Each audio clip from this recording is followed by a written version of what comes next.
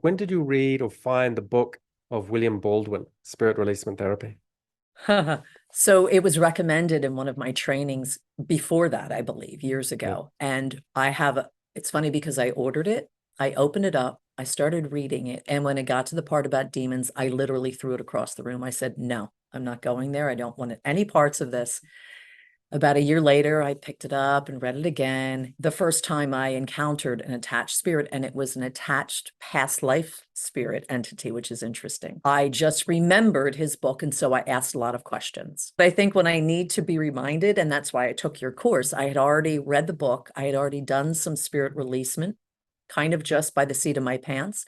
And Yeah. then when I saw your course, I thought, I think I need to be refreshed. And of course it came up probably a week or two later, something came up that I needed to know about. Spirit release has got a number of phases. Sometimes it's, I notice, I was channeling and I notice something's hung around and I have a little quick chat with it and it leaves. And that's also an interesting thing about that Baldwin's book, is it has so much past life regression in it. And Mm-hmm. so for people that are mediums or channelers, just learning SRT from scratch, I think it's really helpful to be a past life regression therapist. In fact, I don't think I train people if they don't know how to do past life regression as well, because you often have to do past life regression on the entities. What we do is we get into hypnosis and as you said, we ask a ton of questions. And those Mm-hmm. questions are often regressing them to all of the reasons why they're stuck and have been deceived or are clinging on to something from the past. And so it's really just, cluing them into reality and getting them to update it.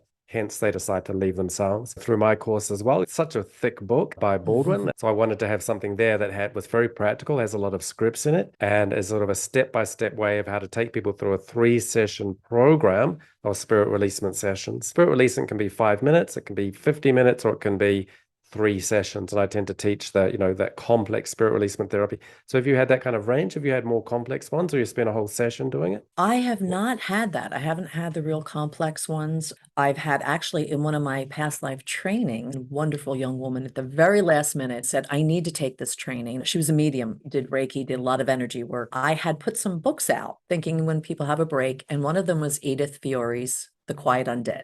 Yeah. It's a classic, very Yeah. classic. I think every therapist should read that book or have that book available because she comes from a therapist point of view with a psychiatrist. Yep. And she picked it up and she said, can I take this with me? And I said, sure. She stayed up all night reading it. She came back the next morning before anyone else, any of the other students were there, and said, I think I have an attachment. And I said, okay. And she said, it's my sister. So literally, I think I did it before the other students even came in or as they were coming in. I'm trying to remember, but it was 15 minutes. It was obviously a loved one, so it wasn't someone that was that didn't want to leave or that was clinging on. Yeah. But I just took her back to remembering her sister was dying in the hospital and she begged her to stay. Don't Yeah. leave me. You've got to be strong. Don't leave me. And Yeah. her sister was on a feeding tube, couldn't eat. And this woman, this medium said, I've gained like 40 pounds in the past couple of months because her sister couldn't eat and was now eating.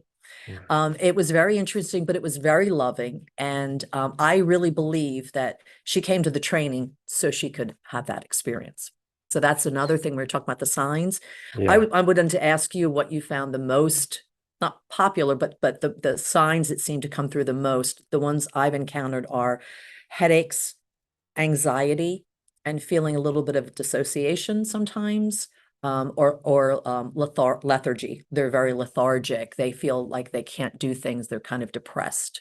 Yeah. I think there are 2 levels. There's a subtle form of spirit attachment and a gross form of spirit attachment.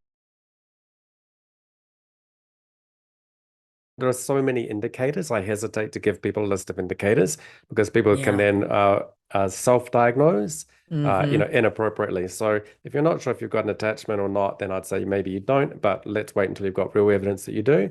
Nausea, like if you don't have that, it doesn't mean you don't have it. You can have an attachment and have a whole bunch of symptoms that other people have or not. And so in that case, people can have attachments and not know it and not really be suffering for it. So for me, the signs that I see are people say, I've definitely got an attachment. I talk with it frequently. I Oh. was doing a lot of practices, and they will know a ton of things about the occult, channeling, mediumship, spiritual practices, be often pretty advanced, but just go on that little step over the line where this is really cool, interesting, fascinating to how do I make it stop? It's that whole thing. It's so interesting. I would like Kundalini. I really want to make it start, and then it sort of blows your head off, and you're like, "Whoa, what do I do now?" And Yeah. so I'm Yeah. seeing those really the complex, full blown. So for me, like if that's why I said, if you're not sure if you got SRT or not, what are the indicators? Well, the people that I deal with, they know. They know, they It's hear a like voice. it's really clear. And so I just want to come back to that part where if you're not quite sure, then maybe don't self-diagnose yourself, or you're going to just sort of be patient, or if you feel I'm not sure if I do or not, let me get in touch with someone like Barb, or let me do a hypnotherapy session. I might mention, that as well. And if that comes up. And so I think it's really important here is that even if like Barb threw the book away when she got to the demon part and she didn't want a part of it. But I think it's great that she read the book and that she's able to do, a 5-minute thing, a quick thing here or there. But the key thing for me is for therapists to read that book. It's kind of like an insurance, which is it may not happen. Maybe I don't want to deal with it, but if it does, I'm not going to get confused and freaked out when it happens. Yes. I will. The first thing is knowing that it's possible. That whole thing about thinking that you're completely unique in the universe and this has never happened to anybody else and you can't possibly share it and no one else can possibly help you because that's not how it is. This is more common than you'd think. And Yes. if it does happen, I think being aware of what it is and not freaking out. And for me, the worst case scenario is a therapist gets freaked out by this and runs out of the room or becomes unresourceful and can't help their client. And now their client is not being served. So I think just staying calm when things get funky. If you only get one thing from a book, I've read so many books think I just want one thing. And if you get that one thing, it's so valuable. If that one thing is you stay calm, well, you deal with it in a minute, which puts it back in its box. And then that may be all they needed at that time, or that you're able to refer it to somebody who doesn't mind, getting into the weeds with it. Is useful. So there are 3 phases. 1, not freaking out. 2, being able to do the simple releasement. Or 3, doing enough of that you start to get comfortable with it. After a year or 2, you start getting into the complex releasement, or do refer it away. And also, like, again, if you have to ask, what are the indicators? You haven't got intake forms. You should read intake forms and go, holy S, Yes. And so Yes. that's how you know as well. The intake forms that I get are, 5,000 words of hair-raising stuff. And then, you're not wondering, there's no wondering involved. Wow. Wow. I'm not at that level, but I'm glad you are. I don't know if that work is for me, but I'm so glad other people are doing this work because you're drawn to it and you're good at it. And maybe there's a reason why mine are, let's just say, kind of lighter or not as complex.